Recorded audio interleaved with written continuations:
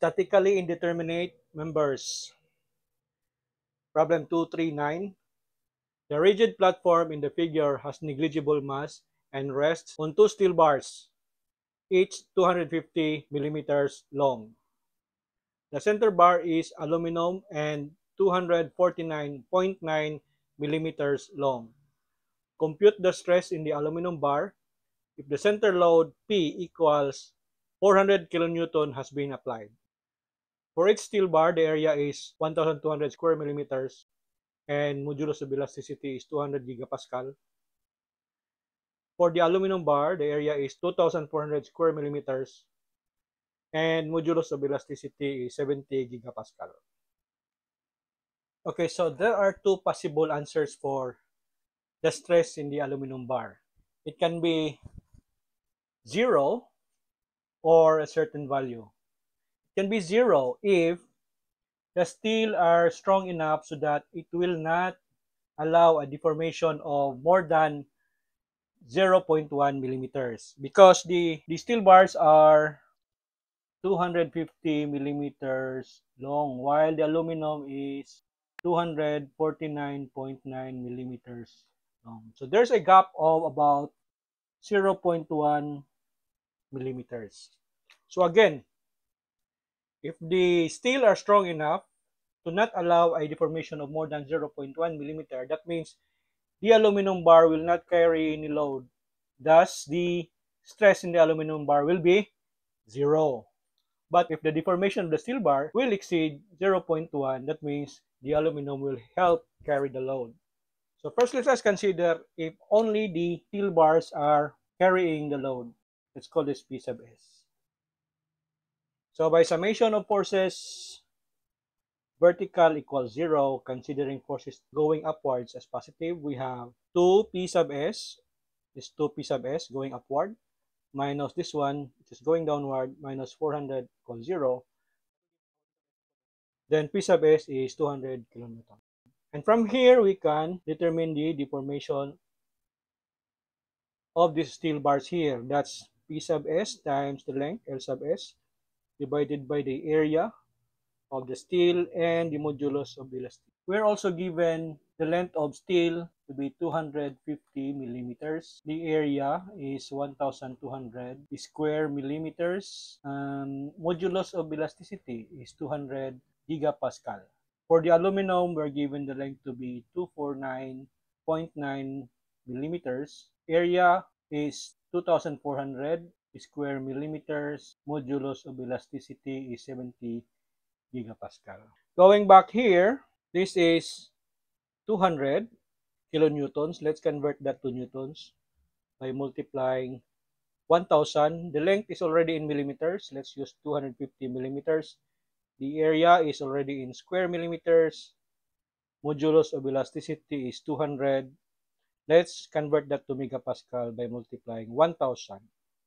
And the result is 200 times 1,000 times 250 divided by 1,200 divided by 200 divided by 1,000 is 0.21 millimeters, which is more than 0.1 millimeters. Okay, so therefore, since it's more than this, that means aluminum will also carry the load. So our free body diagram now becomes,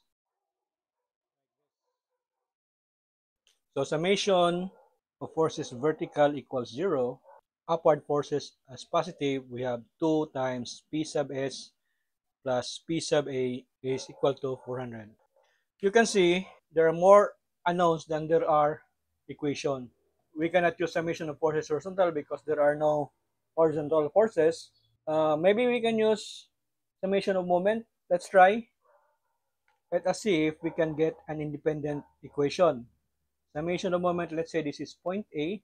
Let's call this length L sub 2 or 1/2 of the total length L. Summation of moment at A, that means 400 times L over 2 minus PA times L over 2 minus P sub S times L equals 0. So cancel L. Then let's multiply the whole equation by 2 so that we will have no denominators here. So multiply by 2. we have 400 minus P sub A minus 2P sub S equals 0. This is the same as this one. So we'll go back to here. So we cannot use this equation. So there's only one equation. We have two unknowns. So that is why it's called statically indeterminate members. So what we do is we get another equation from the geometry of the deformation. So if we are going to draw the figure again, and then let's just exaggerate the gap of 1 millimeter. 250. This is 249. That makes this 0.1. Okay, so after the application of the load, because the bar is rigid, it will remain horizontal. So let us say, for example, the final position of the platform is here. So let's say this is still horizontal. Okay. Then this will be the deformation of the steel bar from here up to here. While this one here is the deformation of the aluminum from here to here.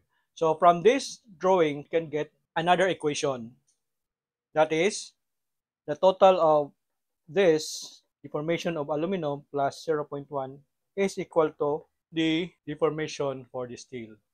So that's deformation for steel is deformation of aluminum plus 0.1. So deformation for steel is P sub S, L sub S, A sub S over E sub S. Aluminum is P sub A, L sub A over A sub A, E sub A plus 0.1. So we have P sub S times the length. By the way, here in the equation, P sub S and P sub A should have the same unit as this one, which is kilonewtons. So we have assumed that P sub A and P sub S are in kilonewtons. So it should be the same assumption here. P sub S and P sub A should be kilonewtons. So that means we need to multiply this by 1,000 to convert this to newtons. The length is 250. The area is 1,200. Modulus of elasticity converted to megapascal is 200,000. Equals P sub A convert to newtons times the length divided by the area, that's 2,400, times modulus of elasticity in megapascal is 70,000 plus 0.1. Okay, so 1,000 times 250 divided by 1,200 divided by 200 divided by 1,000 equals 1.042 times 10 to the negative 3 P sub S equals 1,000 times 249.9 divided by 24 divided by 70,000 equals 1.488 times 10 to the negative 3 P sub A plus 0.1. Okay, so since the problem is asking for the stress in the aluminum, that means we are going to solve for P sub A. So no need to solve for P sub S. So we'll solve for P sub A. From this equation, we will express P sub S in terms of P sub A. And that will be equals 400 minus P sub A. So we just move P sub A to the right. Becomes negative. Then we will divide by 2. That is our P sub S. Then we will substitute this here. We now have 1.042 times 10 to the negative 3 times 1 half times 400 minus P sub A is 1.488 times 10 to the negative 3 P sub A plus 0.1. Okay, so what we do is we multiply this, then move this one to the left, becomes negative. Then we multiply this, that's negative. Transfer it to the right, becomes positive. Okay? So let's multiply this one first.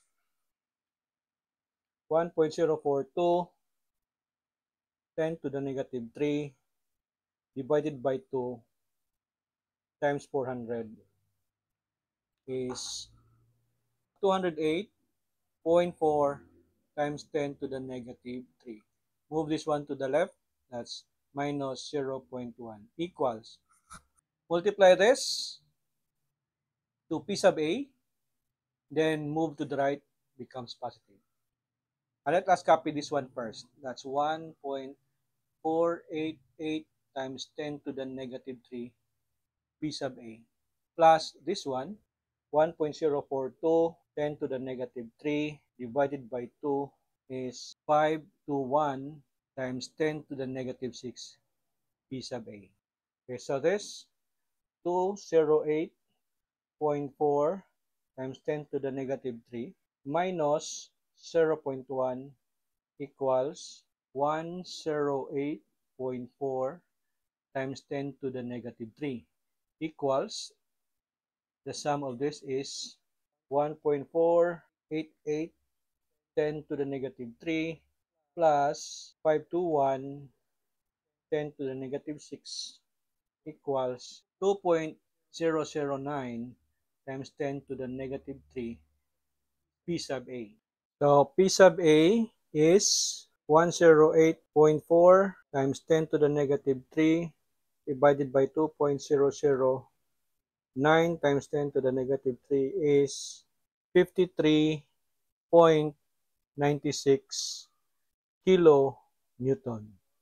Then stress in the aluminum, that's P sub A over A sub A is 53.96. Let's convert that to newtons divided by the area, 2,400. Then stress in the aluminum is 53.96 times 1,000 divided by 2,400 is 22.48 megapascal.